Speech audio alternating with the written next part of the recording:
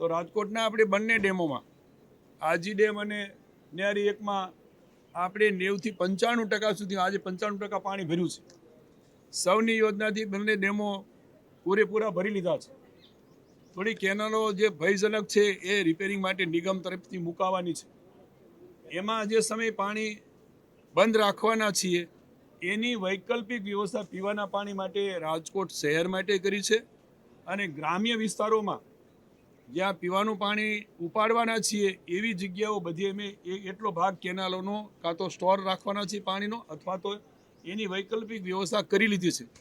એટલે રાજકોટ સહિતના સૌરાષ્ટ્રમાં બીજે ક્યાંય પીવાના પાણી માટેની સમસ્યા ન રહે એ માટેની અમારા પાણી પુરવઠા વિભાગ અને જળ સંપત્તિ વિભાગ અને માનનીય મુખ્યમંત્રી આદરણીય ભૂપેન્દ્રભાઈના એમના સાથેના સંકલનથી અમે આ પીવાના પાણી માટેની કોઈ ચિંતા ન રહે એ રીતની વ્યવસ્થા કરી છે।